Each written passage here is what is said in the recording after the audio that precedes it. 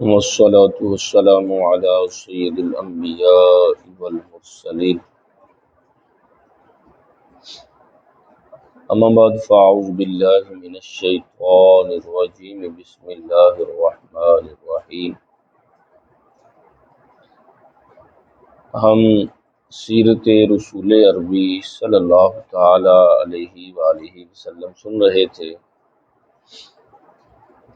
کہ نبی کریم صلی اللہ تعالی علیہ وسلم نے جب مسلمانوں کو ہجرت کا حکم دیا، مسلمان ہجرت کر کے حبشہ پہنچے، پیچھے سے سیدنا فاروق اعظم رضی اللہ تعالی عنہ نے اسلام قبول کیا، سیدنا امیر حمزہ نے اسلام قبول کیا، تو اجتماعی طور پر مسلمانوں کے لیے کچھ آسانیاں ہوئیں۔ تو وہاں مشہور ہوا کہ یار اب عبادت کرنے میں کوئی رکاوٹ نہیں اور کسی قسم کی کوئی پریشانی نہیں ہے، تم واپس آ جاؤ۔ تو ان لوگوں نے کیا کیا، جو ہجرت کر کے گئے تھے، مسلمانوں کی اعلانیہ خبریں سن کر دوبارہ واپس آ گئے۔ جب آئے تو پتہ چلا یہاں پہلے سے زیادہ حالات نازک ہو چکے ہیں کہ انفرادی طور پر تو یہ جگہ جگہ روک کر اذیتوں اور تکلیفوں میں مبتلا کرتے ہیں، تو پھر دوسری مرتبہ بھی ہجرت کی۔ پہلی مرتبہ 83 کے قریب لوگ تھے، اب جب دوسری مرتبہ ہجرت ہوئی تو 100 کے قریب مسلمانوں نے ہجرت کی۔ یہاں تک ہم نے سن لیا تھا 7 سنِ ہجری آ گئی، یعنی وہ جو گئے تھے وہ 7 سنِ ہجری کو دوبارہ مدینہ المنورہ جو ہے وہ واپس آئے۔ اب آگے بڑھتے ہیں کہ سیدنا فاروق اعظم رضی اللہ تعالی عنہ کی وجہ سے اسلام کو چونکہ مل تقویت رہی تھی، تو مشرکین کو یہ بات ہضم نہیں ہو رہی تھی۔ اسی دوران انہوں نے کیا کیا کہ انسانیت سوز معاہدہ جو ہے بنی ہاشم کے ساتھ کہ مکمل طور پر بائیکاٹ، نہ ان کے ساتھ نکاح کیا جائے گا، نہ ان کے ساتھ کوئی خرید و فروخت کی جائے گی، نہ کوئی معاہدہ ہوگا، یہاں تک کہ معاذ اللہ یہ محمد صلی اللہ تعالی علیہ وسلم کو ہمارے سپرد کر دیں اور ہم ان کو قتل کر دیں، وگرنہ ان کے ساتھ کوئی تعلق نہیں رہے گا۔ یہ معاہدہ تحریر کیا گیا اور تحریر کر کے خانہ کعبہ میں جو ہے آویزاں کر دیا گیا، اور اس معاہدوں کو جو تحریر کرنے والا بدبخت تھا وہ تو اپنے انجام کو پہنچ گیا، اس کا ہاتھ جو ہے وہ ختم ہو گیا، شل ہو گیا، اب اس کا ہاتھ نہیں کام کرتا تھا۔ اب اس مقاطعہ کے بعد جو ہے نا بنی ہاشم شیب ابی طالب میں محصور، یعنی وہاں ان کو بند کر دیا۔ شیب ابی طالب یہ ایک گھاٹی تھی جو جناب ابو طالب کو وراثت کے اندر جو جگہ جس طرح ملتی ہے وہ ملی تھی، اور یہ شدید ترین ابتلا، شدید ترین جو ہے یہاں مشکلات تھی۔ لیکن خرید و فروخت تو ہو نہیں سکتی، باہر سے کوئی چیز قافلہ سیل کرنے آتا تو مکے کے لوگ مشرکین پہلے ہی خرید لیتے، بنو ہاشم تک تو کوئی چیز پہنچ ہی نہیں رہی تھی۔ ہاں یہ یاد رکھیے گا، بنو ہاشم کے اندر ابو لہب تھا، لیکن اس معاہدے کے اندر بائیکاٹ کے اندر وہ نہیں تھا، وہ کہنے لگا میرا ان کے ساتھ کوئی تعلق نہیں ہے۔ بقیہ سب کے سب تھے، جناب ابو طالب بھی اس میں محصور تھے، بلکہ جناب ابو طالب آقا کریم علیہ الصلوۃ والسلام کے ساتھ محبت کا انداز دیکھیں کہ پہلے سے زیادہ حفاظت کا ذہن بن گیا۔ جہاں آقا کریم علیہ الصلوۃ والسلام سوتے تھے نا، تو جناب ابو طالب آ کر کہتے کہ آپ اس طرح کریں، یہاں سے اٹھیں میری جگہ پر جا کر سوئیں، میں آپ کی جگہ پر سو جاتا ہوں، کہیں ایسا نہ ہو کہ رات کو چھپ کر مشرکین حملہ کریں اور معاذ اللہ آپ کو قتل کر دیں، اگر قتل ہو بھی تو میں ہوں، آپ کی جان بچ جائے۔ اللہ اکبر۔ حضرت سعد ابن ابی وقاص بیان کرتے ہیں کہ بڑی مشکل کا یہ دور تھا شدت کی بھوک ہوتی، بچے بھوک اور پیاس سے تڑپتے بلکتے، تو مشرکین کے دل میں رحم آنے کی بجائے یہ مزید معاذ اللہ ہنستے اور ان پر جو ہے آوازیں کستے۔ حضرت سعد بن ابی وقاص بیان کرتے ہیں کہ انہی دنوں کی بات ہے کہ ایک دفعہ رات کا وقت تھا، میں چل رہا تھا تو سوکھا چمڑا میرے ہاتھ آ گیا، میں نے اس کو دھویا، آگ پہ پکایا اور بھوننے کے بعد اسے پانی کے ساتھ کھا کر اپنے پیٹ کی آگ بجھائی۔ یہ کیفیت تھی، اور یہ کوئی 2-4 مہینے کی بات نہیں کہ ٹھیک ہے 2-4 مہینے کے بعد دوبارہ جو ہے نہیں، یہ 3 سال تک بائیکاٹ چلتا رہا۔ لیکن قربان جائیں آقا کریم علیہ الصلوۃ والسلام کے ساتھ ان وفا شعار لوگوں کی قربانی پر کسی لمحہ یہ نہیں کہا یار ہم محمد کا ساتھ چھوڑ رہے ہیں، بعض نے تو آپ کا دین بھی قبول نہیں کیا تھا، ابھی ہم چھوڑ رہے ہیں، ہم سے یہ تنگی نہیں برداشت ہوتی، لیکن نہیں، قربان جائیں سب کے سب جو ہے آقا کریم علیہ الصلوۃ والسلام کے ساتھ ہی رہے، یہاں تک کہ 3 سال کا یہ عرصہ گزرا تو اللہ تعالیٰ نے اس کا انتظام کچھ یوں فرمایا کہ ایک دن جانے دو عالم صلی اللہ تعالیٰ علیہ وسلم نے اپنے چچا جناب ابو طالب کو بلایا اور کہا چچا ان سے کہو وہ جو تمہارا معاہدہ تھا نا وہ ختم ہو گیا، اس کو تو دیمک، یعنی یہ ایک کیڑا ہوتا ہے دیمک جو ہے وہ چاٹ دی، وہ ختم ہو گیا سوائے میرے رب کے نام کے۔ جناب ابو طالب نے کہا کیا یہ بات ٹھیک ہے؟ رب کا اخبارہ کا بہذا، کیا تمہارے رب نے یہ تمہیں خبر دی ہے کہ ایسا ہوتا ہے، ایسا ہو گیا ہے، معاہدہ ختم ہو گیا ہے؟ ہاں ہاں میرے رب نے مجھے بتایا ہے۔ جناب ابو طالب جو ہے حرم میں گئے اور قریش کے سرداروں کو بلا کر کہنے لگے تمہارا معاہدہ تو ختم ہو گیا، جو تحریر کیا تھا اسے تو دیمک چاٹ گئی۔ کہنے لگے یہ کیسے ہو سکتا ہے؟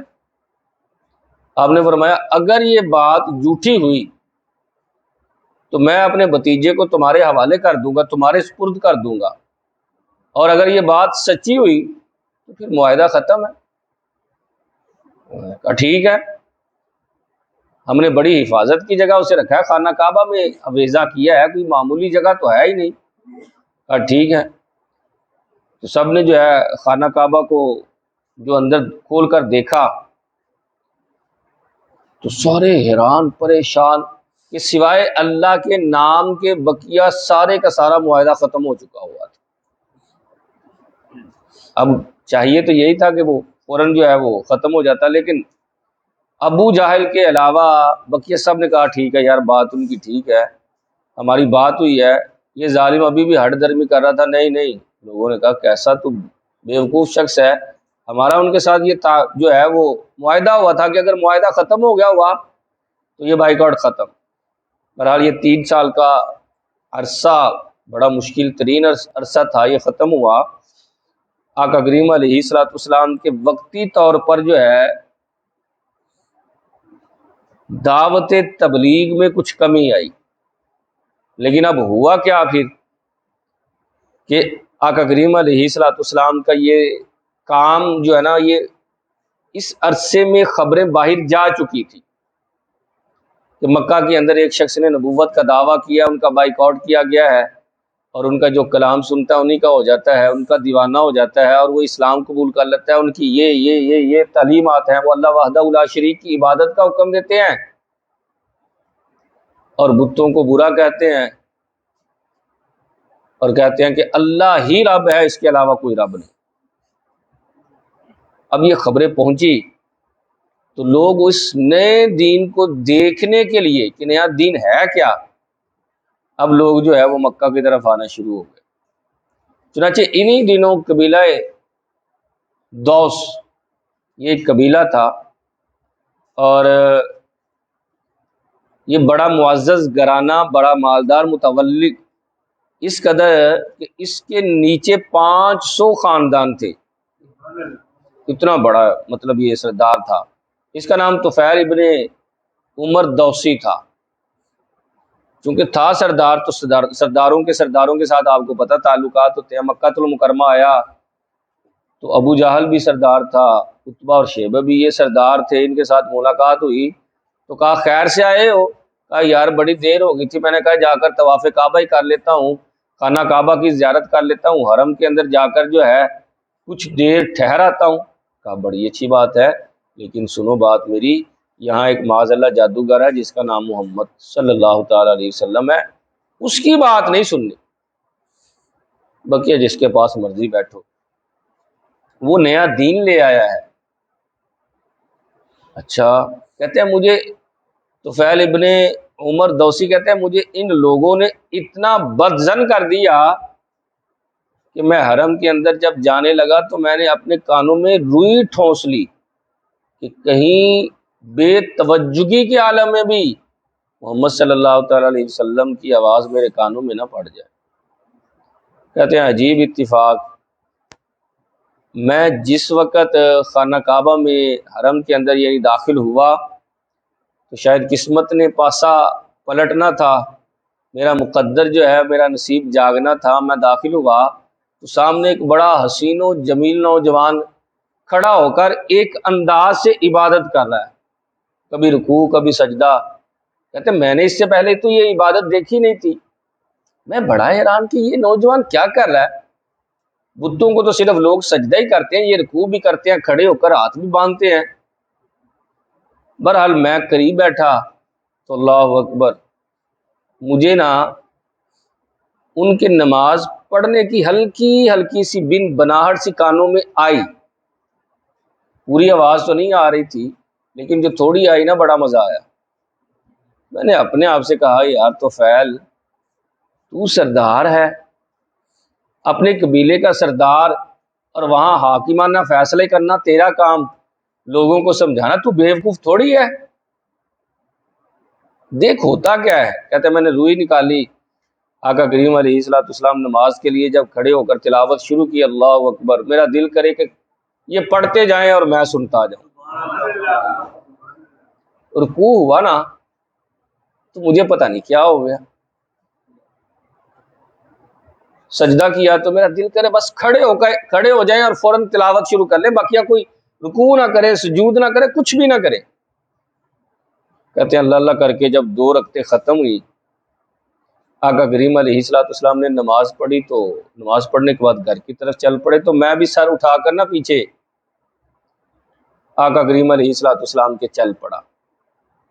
میرے دل کے اندر یہ وسوسہ آیا، شاید ہو سکتا ہے یہ نوجوان مالداری کی وجہ سے، دنیا داری کی وجہ سے اپنے آپ کو نبی کہہ رہا ہو کہ لوگ میری عزت کریں گے، مجھے مال دیں گے، جا کر اس کا گھر تو دیکھ لوں، گھر کیسا ہے، لگتا ہے کوئی ٹھیک ٹھاک ہوگا۔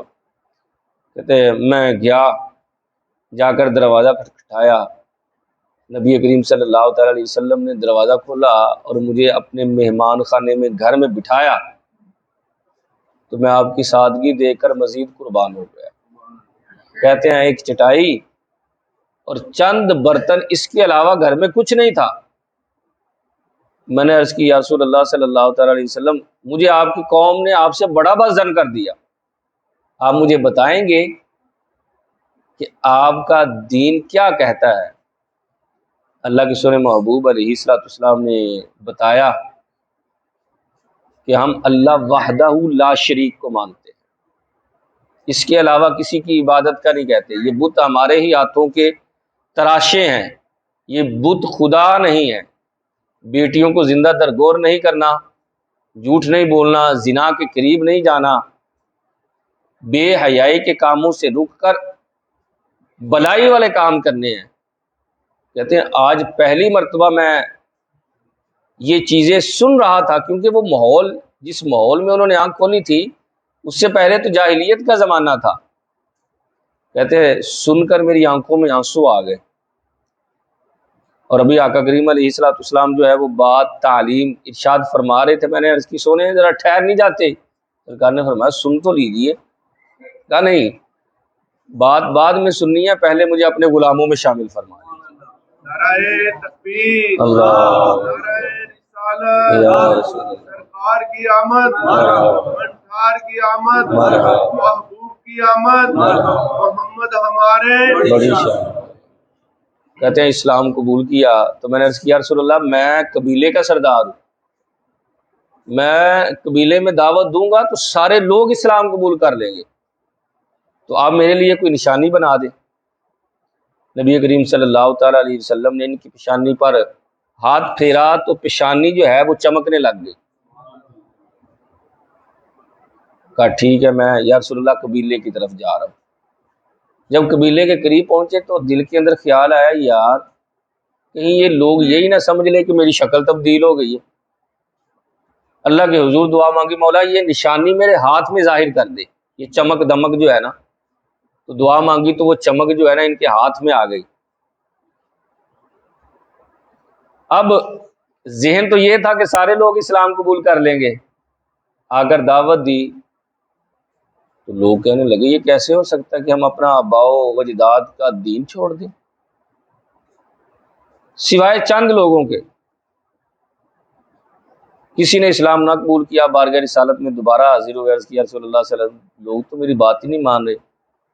بڑے رنجیدہ دل کے ساتھ جب حاضر خدمت ہو کر یہ معاملات عرض کیے نا، آقا کریم علیہ الصلوۃ والسلام نے تسلی دی، کہا یا رسول اللہ ان کے خلاف بد دعا کر دیجیے، یہ لوگ تباہ و برباد ہو جائیں۔ سرکار نے فرمایا اچھا چل پھر ٹھیک ہے، تو بھی ہاتھ اٹھا میں بھی ہاتھ اٹھاتا ہوں۔ ہاتھ اٹھائے تو آقا کریم علیہ الصلوۃ والسلام نے دعا فرمائی، اللہم اہدی دوسن، اللہم مہدی دوسن، اے اللہ قبیلہ دوس کو ہدایت عطا فرما دے۔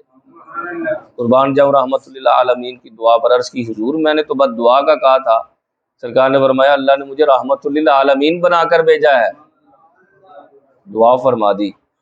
حضرت طفیل ابن عمر دوسی کہتے ہیں میں قبیلہ واپس گیا، اللہ اکبر، سرکار کی دعا کا اثر ظاہر ہونا شروع ہو گیا، دن بدن لوگ اسلام، سوائے چند لوگوں کے اب سارے قبیلے نے اسلام قبول کر لیا۔ میں سارے قبیلے کے ساتھ بارگاہ رسالت میں آپ صلی اللہ تعالیٰ علیہ وسلم میں حاضر ہوا تو قوم کے میں چونکہ سردار تھا، اقتدار میں تھا، لوگ میری بات مانتے تھے، سرکار کی بارگاہ میں حاضر ہوا تو اب واپس جانا چاہتے تھے سارے لوگ۔ میں نے کہا ٹھیک ہے، تو میں نے بارگاہ رسالت میں عرض کی یا رسول اللہ صلی اللہ تعالیٰ علیہ وسلم اب نہ قبیلے میں جا کر میرا دل نہیں لگتا۔ سرکار نے فرمایا تو سردار ہے؟ عرض کیا رسول اللہ ٹھیک ہے سردار ہوں، اور وہاں جا کر میرا دل بڑا پریشان ہو جاتا ہے، ہمہ وقت جاگتے کیا سوتے کیا میں مدینے میں ہی رہتا ہوں، تو آپ مجھے اپنے قدموں میں رہنے کی اجازت عطا فرما دیں۔ اللہ اکبر، جسے سمجھ آ جائے اس کے نزدیک دنیاوی کرسیاں اقتدار پھر کچھ نہیں رہتا۔ اللہ کے سونے محبوب نے فرمایا ٹھیک ہے یار تو یہیں رہ۔ پھر وہ نبی کریم صلی اللہ تعالیٰ علیہ وسلم ہی کی بارگاہ میں رہا کرتے تھے وہیں، یہاں تک کہ آقا کریم علیہ الصلوۃ والسلام کی وصال کے بعد مسائلمہ کذاب کے خلاف لڑتے ہوئے حضرت طفیل ابن عمر دوسی رضی اللہ تعالی عنہ نے جامع شہادت نوش کیا، یہاں تک کہ نبوت کا 10واں سال جانے دو عالم صلی اللہ تعالیٰ علیہ وسلم اسی سال جو ہے وہ شیب ابی طالب سے باہر بھی آئے تھے، اور اسی سال آپ کے شفیق چچا جناب ابو طالب کا انتقال ہو گیا۔ وہ چچا جو آقا کریم علیہ الصلوۃ والسلام کا کفیل اور غم خوار تھا، اور یقین مانے جناب ابو طالب نے اپنی حقیقی اولاد سے بڑھ کر آقا کریم علیہ الصلوۃ والسلام کی جو ہے وہ خدمت کی اور ان کے ساتھ محبت کا اظہار کیا، جن کی وجہ سے اشاعت دین جو ہے اس کے اندر آسانی تھی، کوئی بات کرتا تو آپ اس کے سامنے ڈٹ کر کھڑے ہو جاتے۔ سرکار کو بڑا صدمہ ہوا، بڑا ہی صدمہ جو ہے آقا کریم علیہ الصلوۃ والسلام نے لیا۔ تو آقا کریم علیہ الصلوۃ والسلام جب ان کے یاد رکھے جناب ابو طالب کا وصال کا وقت قریب آیا تو سرداران مکہ بھی قریب بیٹھے تھے، مشرکین جو تھے وہ بھی قریب بیٹھے تھے، تو آقا کریم علیہ الصلوۃ والسلام نے فرمایا یا عماہ، اے میرے چچا، قل لا الہ الا اللہ، لا الہ الا اللہ کہہ لے کہ اشہد لک بہا یوم القیامہ، کہ میں پھر نہ قیامت کے دن تیرے ایمان کی گواہی دوں گا۔ یہ کہا تو وہ سرداران قریش کی طرف دے کر کہنے لگے ہے میرے بھتیجے، کہیں یہ لوگ یہ نہ سمجھ لیں کہ میں موت کے ڈر سے اسلام قبول کر رہا ہوں۔ اگر میری زندگی ہوتی زیادہ تو میں تیری خوشی کے لیے اسلام قبول کر کے تیری آنکھوں کو ٹھنڈا کر دیتا، لیکن صرف ان لوگوں کی وجہ سے اسلام نہیں قبول کر رہا۔ آپ نے اسلام قبول نہ کیا، اسی وجہ سے آیت یہ نازل ہوئی، اِنَّکَ لَا تَهْدِی مَنْ أَحْبَبْتَ وَلَٰكِنَّ اللَّهَ يَهْدِی مَن یَشَاءُ۔ یہ آیت اس وقت نازل ہوئی، لیکن یہ یاد رکھیں، ایک دوسری روایت میں حضرت عباس کہتے ہیں کہ میں نے کان قریب کیا تو وہ جو ہے وہ کلمہ پڑھ رہے تھے، میں نے آقا کریم علیہ الصلوۃ والسلام کی بارگاہ میں عرض کیا یا رسول اللہ میرا بھائی وہ پڑھ رہا تھا جو آپ چاہ رہے تھے، سرکار نے فرمایا میں نے نہیں سنا۔ بہرحال یہ اختلافی مسئلہ ہے کہ ایمان ابو طالب جو ہے یہ اختلافی مسئلہ ہے کہ اسلام قبول کیا یا نہیں کیا، بہرحال ہم ان کا عزت ہی کے ساتھ نام لیں گے کیونکہ انہوں نے محبوب کی خدمت بڑی کی ہے۔ ابھی جناب ابو طالب کی وصال کا صدمہ، اس کے اندر کچھ کمی نہیں آئی تھی کہ ایک غم کا پہاڑ مزید ٹوٹ پڑا۔ آقا کریم علیہ الصلوۃ والسلام کی رفیقہ حیات اور مسلمانوں کی پہلی امی جان حضرت خدیجۃ الکبریٰ رضی اللہ تعالی عنہا 25 سال خوشگوار زندگی گزار کر داغ مفارقت یعنی آپ کا انتقال ہو گیا۔ حضرت خدیجہ نے بڑی خدمت کی ہے محبوب کی، جس طرح روایات میں بھی آتا ہے۔ بہرحال ان کی پوری سیرت، اور جب ازواج مطہرات کی سیرت بیان ہوگی اس وقت بیان کیا جائے گا۔ اما عائشہ صدیقہ طیبہ طاہرہ رضی اللہ تعالی عنہا بیان کرتی ہیں کہ محبوب نہ عمومی طور پر اما خدیجۃ الکبریٰ کو یاد کر کے آپ کی آنکھوں میں آنسو آ جاتے۔ میں نے ایک مرتبہ عرض کاری دیا یا رسول اللہ آپ کی بیوی اتنی خوبصورت ہے، میں دیگر ازواج اتنی خوبصورت ہے، اب بھی آپ خدیجہ کو یاد کرتے ہیں۔ اللہ اکبر۔ آقا کریم علیہ الصلوۃ والسلام نے فرمایا عائشہ آج ایسے کہا، خبردار بعد میں ایسا نہ کہنا، یہ سارے لوگ آج میرے سکھوں کے ساتھی ہیں، خدیجہ میرے دکھ کی ساتھی تھی۔ جب لوگوں نے مجھے ٹھکرایا اور جٹلایا اس وقت وہ مجھ پر ایمان لے کر آئی تھی اور اس نے اپنا سارا مال مجھ پر خرچ کیا۔ لوگ مجھے مارتے تھے تو میں آتا تو گھر میں آتا تو مجھے ملم پٹی کرتی، میں پریشان ہوتا تو تسلی والے لفظ بولتی، محبوب پریشان کیوں ہیں؟ اللہ نے آپ کو بڑی عزتیں عطا فرمائی ہیں اور مزید شانیں عطا فرمائے گا، میں کیسے خدیجہ کو بھول جاؤں۔ یہ دونوں واقعات جناب ابو طالب کا انتقال اور حضرت خدیجۃ الکبریٰ رضی اللہ تعالی عنہ کا وصال، یہ نبوت کے 10ویں سال ہوئے۔ اسی وجہ سے آقا کریم علیہ الصلوۃ والسلام نے اس سال کا نام عام الحزن یعنی غم کا سال رکھا۔ اگرچہ ظاہری طور پر یہ بڑا غم والا، پریشانی والا، مگر روحانیت کے اعتبار سے انتہائی مبارک ثابت ہوا۔ اسی لیے صوفیہ کرام فرماتے ہیں انسان جب دکھوں کے اندر مبتلا ہوتا ہے اس وقت وہ اللہ کے زیادہ قریب ہوتا جاتا ہے۔ کہتے ہیں دیکھیں یہی نبوت کے 10ویں سال جو ہے یہ چونکہ وصال ہوا، غمگین ہوئے، تو پھر اللہ رب العزت نے اپنے محبوب کو معراج کی نعمت سے سرفراز فرمایا۔ یہ جہاں معراج کی وجوہ بیان کی جاتی ہے ان میں سے ایک وجہ یہ تھی کہ آقا کریم علیہ الصلوۃ والسلام بڑے پریشان تھے، اللہ نے اپنا دیدار کروایا اور فرمایا محبوب پریشان ہونے کی ضرورت نہیں ہے، سارے لوگ بھی چلے جائیں تو میں ہی تیرے ساتھ ہوں۔ اور پھر اس کے بعد آپ کے نکاح میں، اسی سال آپ کے نکاح میں ام المؤمنین حضرت سودا اور ام المؤمنین اما عائشہ صدیقہ طیبہ طاہرہ جو ہے آپ کے نکاح میں آئی۔ آقا کریم علیہ الصلوۃ والسلام چونکہ میں نے بتایا جناب ابو طالب کے وصال سے کچھ زیادہ پریشان، اب مکے کے لوگوں کے حالات اور تیور جو ہے نا پہلے سے زیادہ سخت ہو چکے تھے۔ آقا کریم علیہ الصلوۃ والسلام نے سوچا یار کیوں نہ ان کو چھوڑ کر کچھ باہر نکلا جائے، تو سرکار صلی اللہ تعالیٰ علیہ وسلم جو ہے نا وہ طائف کے بازار کی طرف گئے۔ طائف کی وادی یہ بڑی خوبصورت وادی ہے، اور جب وہاں گئے تو اس ارادے کے ساتھ ہو سکتا ہے کہ کوئی بندہ خدا وہاں ہی اسلام قبول کر لے۔ طائف کے قبیلہ جو ہے یہ کہلاتا ہے قبیلہ ثقیف۔ اس کے دو سردار تھے، ویسے 3 بھائی تھے اور اصل میں 2 تھے، تیسرا جو ہے وہ ذرا اتنی وجاہت والا نہیں تھا۔ نبی کریم صلی اللہ تعالیٰ علیہ وسلم نے ان تینوں کو جا کر دعوت دی تو معاذ اللہ آقا کریم علیہ الصلوۃ والسلام کی دعوت کو قبول کرنے کی بجائے آقا کریم علیہ الصلوۃ والسلام کو طرح طرح سے جو ہے وہ باتیں سنانے لگے، کہنے لگے معاذ اللہ اگر آپ نبی ہو سکتے ہیں تو اللہ کو کیا آپ جیسے شخص ملا تھا کہ وہ آپ کو نبوت دیتا؟ کوئی مالدار، کوئی رئیس آدمی جس کے پاس کوئی 4 پیسے ہوتے، وہ نہیں نظر آئے اس کو؟ کیونکہ میں نے بتایا مکے کے یہاں لوگ جو ہے وہ مالداری کو بڑی ترجیح دیتے تھے۔ اور پھر نبی کریم صلی اللہ تعالی وسلم سے کہنے لگے اخرج من بلدنا، نکل جائے ہمارے شہر سے۔ یہاں تک اکتفا نہیں، شہر کے اوباش اور بچوں کو آقا کریم علیہ الصلوۃ والسلام کے پیچھے لگا دیا۔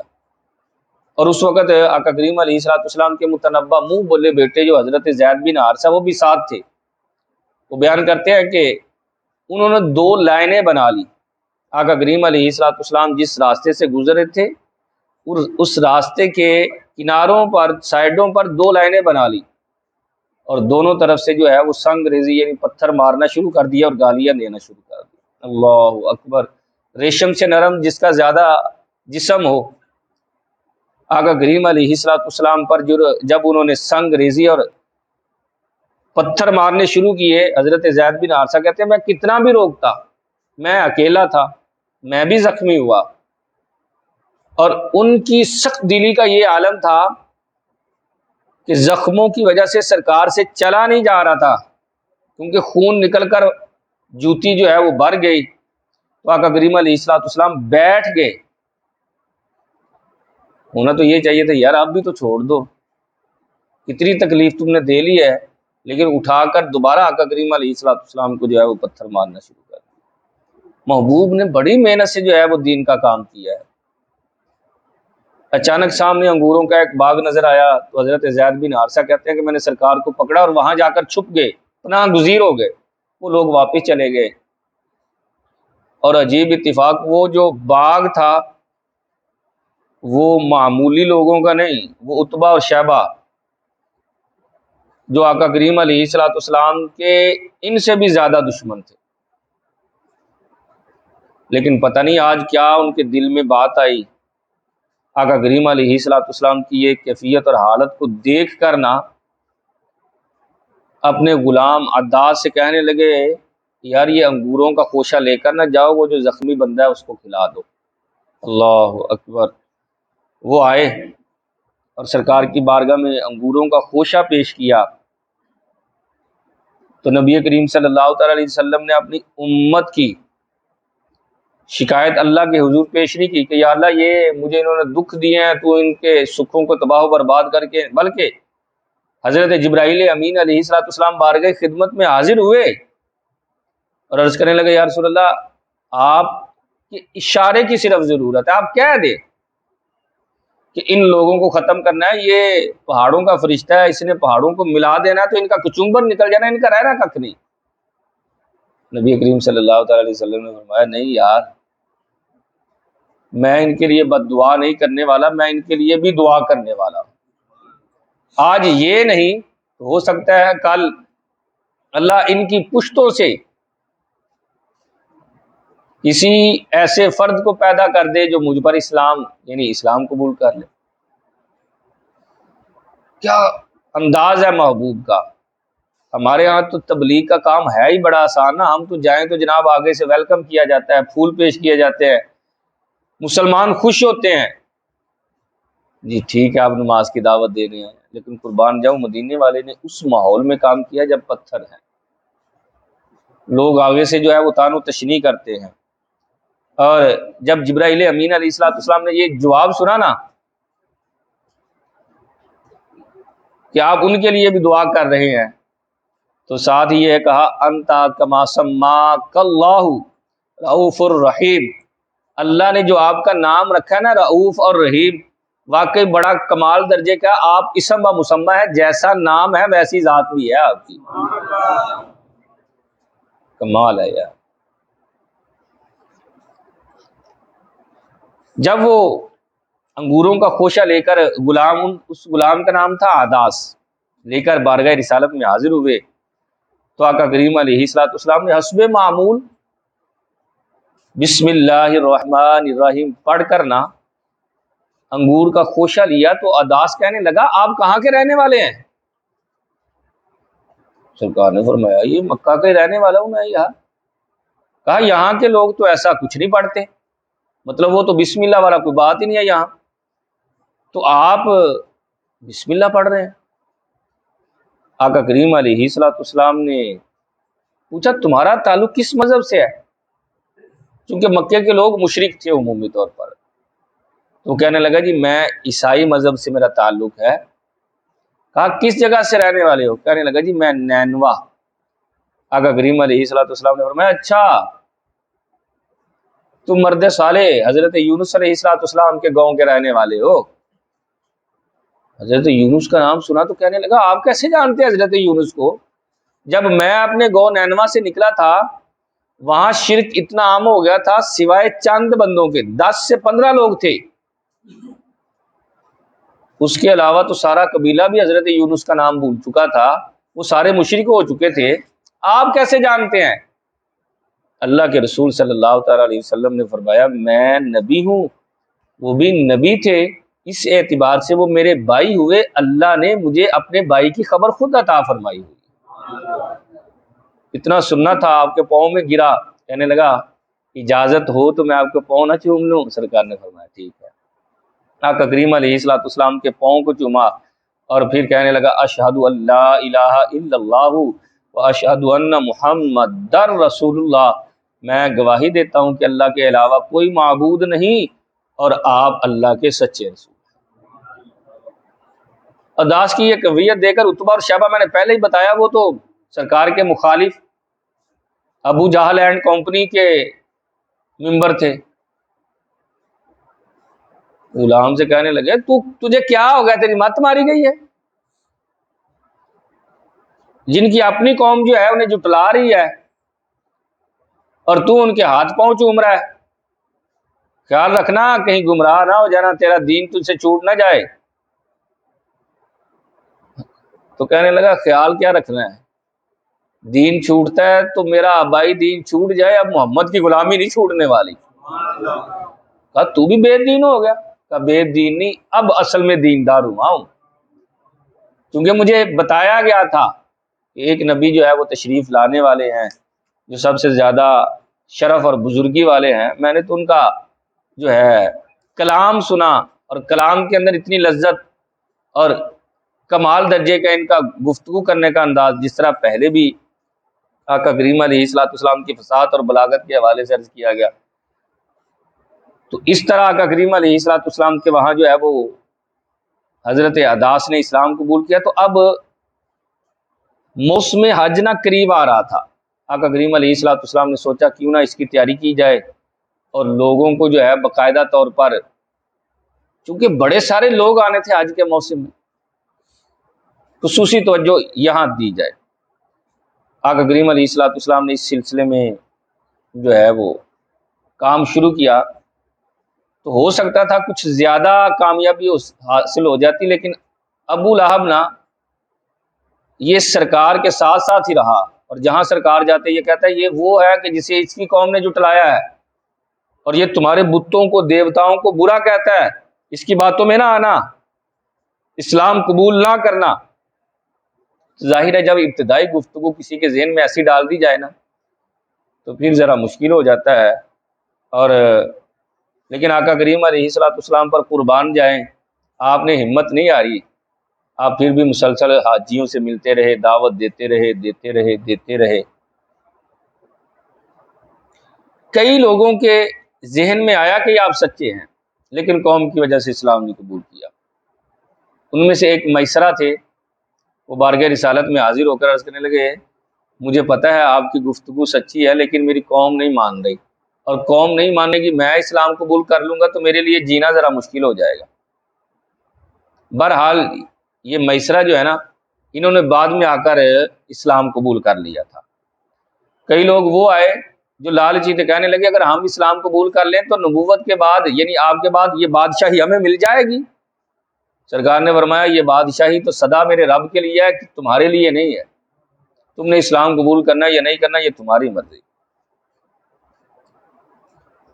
یہاں تک کہ آقا کریم علیہ الصلوۃ والسلام کی بالآخر شب و روز کی محنت کام لے آئی، اور یثرب سے آئے ہوئے، یثرب یہ مدینے کا پرانا نام ہے، آئے ہوئے قبیلہ خزرج کے 6 افراد نے نا اسلام قبول کر لیا۔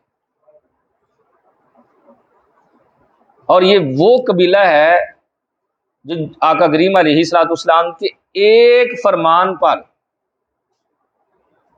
اپنا سارے کا سارا مال جان سب کچھ قربان کرنے کے لیے تیار تھے۔ کیونکہ 2 گروہ آپ نے سنے ہی ہیں، مہاجرین اور انصار کا، ان کا قرآن پاک میں بھی ذکر ہے، احادیث میں بھی بار بار ذکر ہے۔ مہاجر وہ تھے جنہوں نے ہجرت کی اور مدینہ المنورہ گئے، اور انصار وہ تھے جنہوں نے ان کی مہمان نوازی کی۔ یہ انصار کیا تھے؟ یہ دراصل 2 بھائی، ایک اوس اور ایک خزرج، یہ 2 بھائی تھے، یمن کے رہنے والے تھے، مدینہ کے تو رہنے والے ہی نہیں تھے یہ دونوں۔ جب یمن کے اندر سیلاب آیا جس کا قرآن میں بھی ذکر ہے، تباہی مچی، تو یہ دونوں بھاگ کر یہاں آ کر جو ہے آباد ہوئے۔ یہاں یہودیوں کا زور تھا، وہ مالدار تھے اور ان کے پاس پیسہ بھی بڑا تھا، چونکہ یہ مالی طور پر مضبوط نہیں تھے یہ دونوں بھائی، یہاں تک کہ ان کی اولاد کا سلسلہ بڑھنا شروع ہوا، تو اب یہ بھی کچھ مستحکم مضبوط ہونا شروع ہوئے، لیکن وہ زور جو یہودیوں کا تھا نا ان کا نہیں تھا، انہیں یہودیوں کی ہر بات ماننی پڑتی تھی۔ حتیٰ کہ یہودیوں کے اندر ایک شخص جو ہے وہ سردار بنا جس کا نام تھا فتیون، اتنا عیاش کہ اس نے کہا کہ اگر تمہاری کسی بھی عورت کا نکاح ہوا، تم نے شادی کی، تو پہلے وہ میرے پاس رات گزارے گی، پھر وہ جو ہے آگے جائے گی۔ یہودیوں نے تو یہ بات مان لی، یہودیوں کو بھی اس نے کہہ دیا، یہودیوں نے مان لی، کیونکہ تھے ہی بے حس بے شرم لوگ ہوتے ہیں یہ یہودی، کہا ٹھیک ہے۔ لیکن انصار جو قبیلہ اوس اور خزرج والے تھے، انہیں نہ کچھ بڑا کلک سا ہوا، یار یہ کیا بات ہے، لیکن مجبوراً انہیں بھی ماننی پڑی۔ لیکن یہ چاہتے تھے کہ کسی طرح اس سے نجات ملے۔ معاملہ نجات کا اس طرح ہوا کہ ایک باہمت لڑکی انصار میں سے جو مالک ابن اجلان کی لڑکی تھی، اس کا نکاح ہونا تھا، تو اس نے بھی ظاہر ہے اسی پروسیجر کے تحت جو ہے پہلے فتیون کے جو ہے وہ بستر پر رات گزارنی ہے تو پھر آگے جانا ہے۔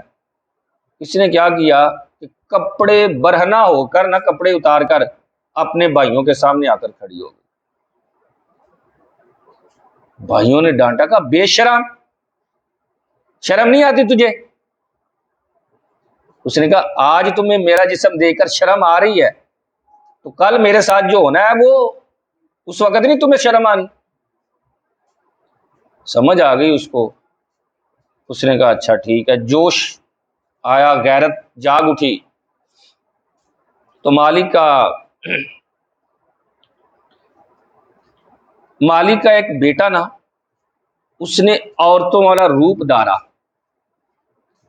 اور اپنی ہی بہن کے ساتھ سہیلی بن کر فتیون کے محل میں داخل ہو گیا۔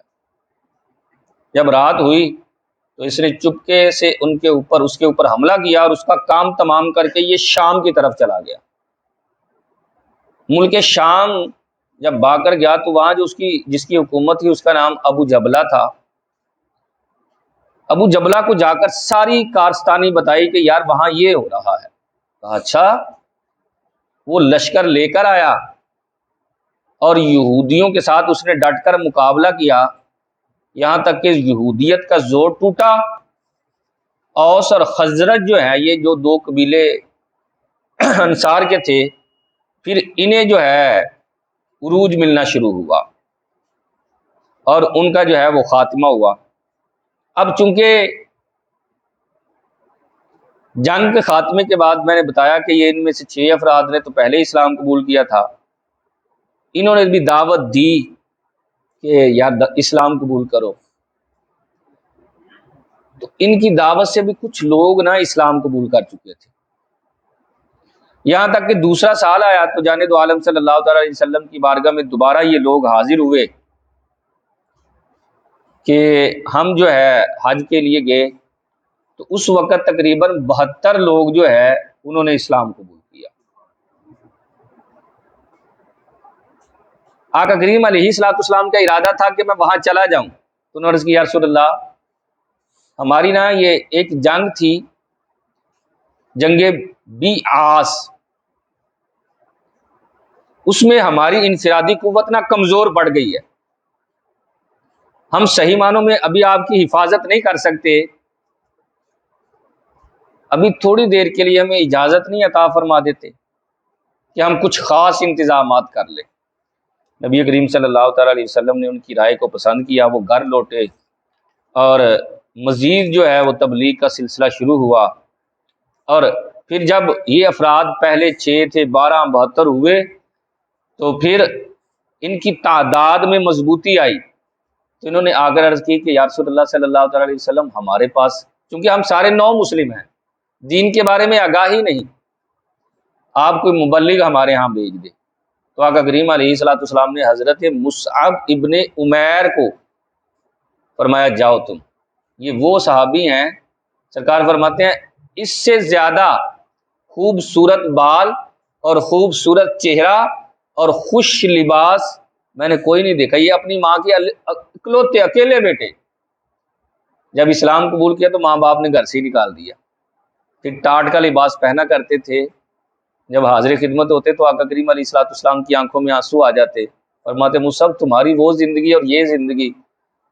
عرض کرتے حضور کوئی بات نہیں، اللہ رسول کی رضا کے لیے میں اس سے بھی زیادہ مشکل زندگی جینے پر تیار ہوں. ہمیں تو مشکلات آئی نہیں، ہم تو بس شکوے شکایتوں کے لیے تیار ہوتے ہیں. پھر حضرت مصعب ابن عمیر جو ہے وہ مدینہ میں اسلام کی گراؤنڈ گویا کے تیار کرنے کے لیے تشریف لے کر گئے. اب انشاءاللہ ہم کل سنیں گے انہوں نے جا کر کیسے تبلیغ کی، اور پھر نبی کریم صلی اللہ تعالیٰ علیہ وسلم کی عالی جناب میں کتنے لوگ آئے، اور پھر سرکار کیسے ہجرت فرمائی، اور پھر ہجرت کے بعد کے معاملات، پھر ان کے ساتھ معاہدات. انشاءاللہ آگے کلاس میں سنیں گے. اللہ تعالیٰ ہم سب کو قرآن و سنت کا فہم عطا فرمائے. آمین بجاہ نبی.